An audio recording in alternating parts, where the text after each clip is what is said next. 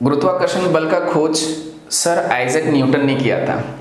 कहा जाता है कि अपने कॉलेज के दिनों में गर्मी के छुट्टी में वो एक बार एप्पल के पेड़ के नीचे बैठा हुआ था, तो उसके बगल में एप्पल गिरा तो उनके दिमाग में आया कि ये एप्पल क्यों गिरा। तो वहीं से उनके दिमाग में वो क्वेश्चन रेज हुआ कि ये एप्पल गिरा क्यों, और वही उसका क्यूरियोसिटी जो था, जानने की इच्छा था, वो आगे चलकर एक खोज को अंजाम दिया जिसे गुरुत्वाकर्षण कहा जाता है। आज हम लोग थोड़े से गुरुत्वाकर्षण के बारे में जानने की कोशिश करेंगे, वो फैक्ट्स जो आपके एग्जाम के लिए इंपॉर्टेंट है। बहुत ज़्यादा ज्ञानी नहीं बनने का कोशिश करेंगे, लेकिन जो आपके लिए इंपॉर्टेंट है उसकी बात करेंगे हम लोग। ओके, जो आपके एग्जाम में फ्रिक्वेंटली पूछा जाता है, बहुत बार बार पूछा जाता है, उनकी बात करेंगे हम लोग। फर्स्ट क्वेश्चन गुरुत्वाकर्षण को लेकर कि गुरुत्वाकर्षण बल जो है क्या वो सिर्फ पृथ्वी लगाता है? नो। गुरुत्वाकर्षण बल इस ब्रह्मांड में स्थित किन्हीं भी दो वस्तुओं के बीच लग सकता है। कोई भी दो वस्तु है उनके बीच गुरुत्वाकर्षण लग सकता है। फर्स्ट क्वेश्चन, क्या गुरुत्वाकर्षण बल जो है वो क्या सिर्फ पृथ्वी लगाता है?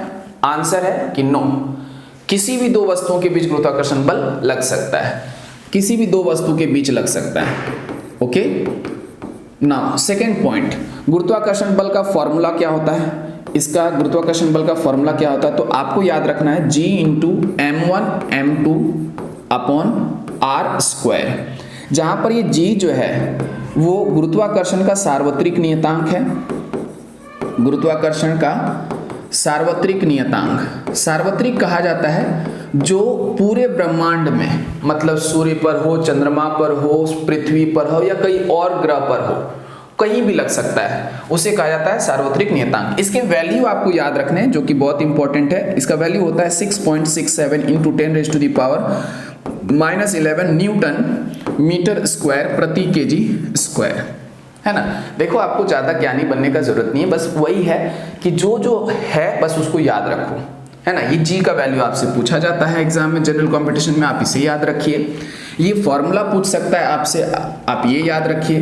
क्या गुरुत्वाकर्षण सिर्फ पृथ्वी लगाता है? नहीं, कोई भी लगा सकता है, दो वस्तुओं का होना जरूरी है, आप ये याद रखिए।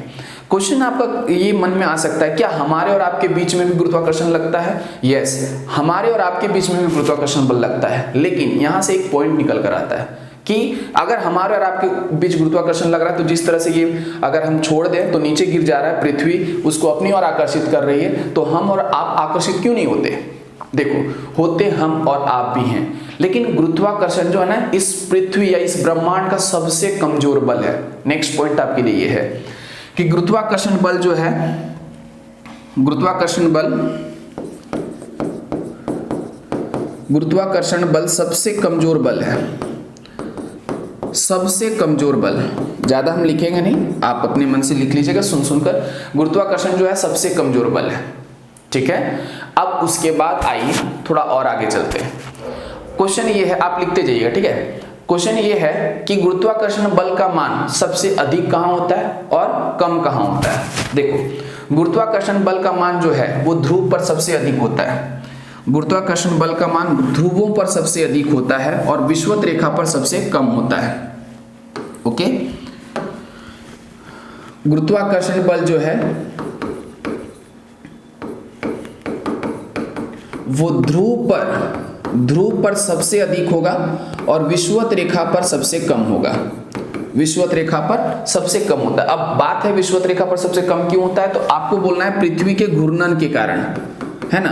पृथ्वी के घूर्णन, चूंकि आप जानते हैं पृथ्वी अपने अक्ष पर भी घूरती रहती है, तो घूर्णन के कारण जो है विषुवत रेखा पर गुरुत्वाकर्षण बल का मान कम होता है। ओके, अब उसके बाद और ऊंचाई के आधार पर देखा जाए तो पृथ्वी की सतह पर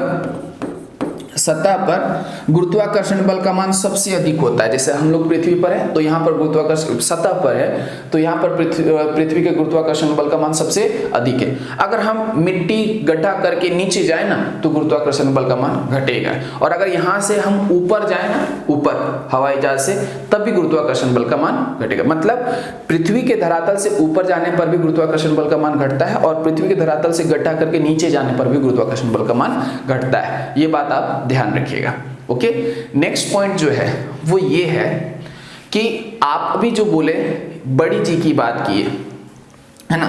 बड़ी जी का वैल्यू आपको बताया 6.67 इंटू 10⁻⁻11 न्यूटन मीटर स्क्वायर प्रति केजी स्क्वायर।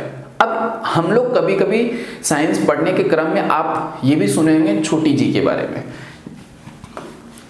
ओके, छोटी जी के बारे में। अब ये क्या होता है सर, जैसे देखो गुरुत्वाकर्षण बल का फॉर्मूला आप क्या लिखे, G into m1 m2 by R square.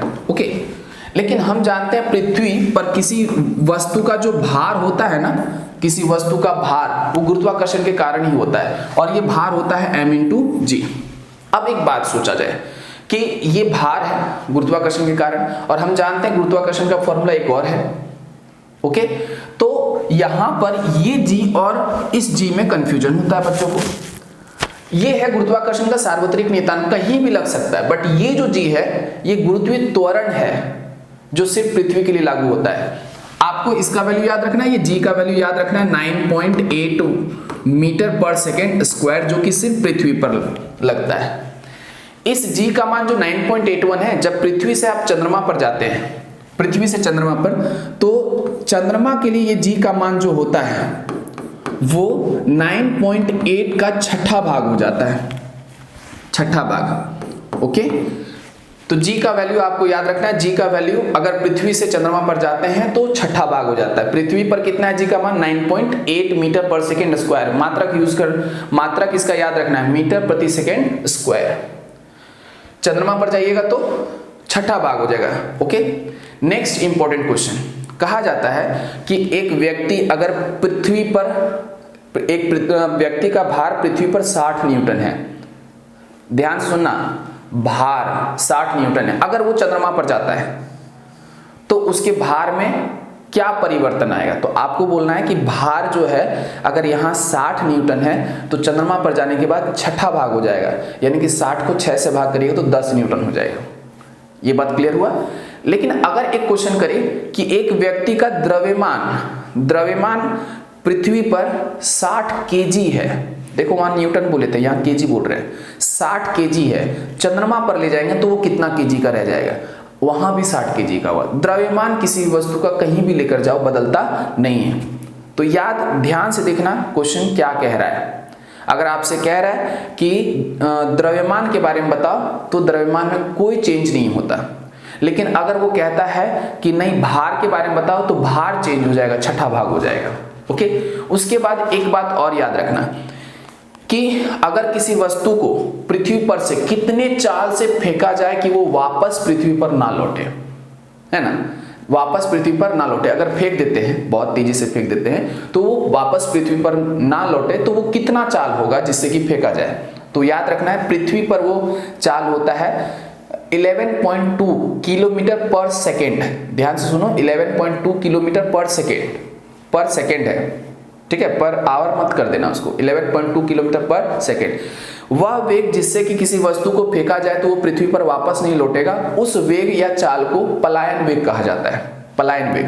तो आपसे अगर पूछा भी जाए कि पृथ्वी पर पलायन वेग कितना होता है, तो 11.2 किलोमीटर पर सेकेंड होता है। यही पलायन वेग चंद्रमा पर अगर पूछा जाए तो 2.37 किलोमीटर पर सेकेंड होता है। ओके, तो जल्दी में मैंने आपको गुरुत्वाकर्षण से रिलेटेड जितने भी इंपॉर्टेंट क्वेश्चंस हैं जो आपके एग्जाम के लिए इंपॉर्टेंट है वो मैंने बता दिया। आप सभी को नोट करके आप अच्छे से याद कर लीजिएगा। ओके, मिलते हैं नेक्स्ट वीडियो में। Thank you. अगर आप मेरे चैनल पर नए हैं तो प्लीज सब्सक्राइब कर ले, बेल आइकन को प्रेस कर दे ताकि कोई वीडियोज अपलोड हो तो उसका नोटिफिकेशन आपको मिल जाए। शेयर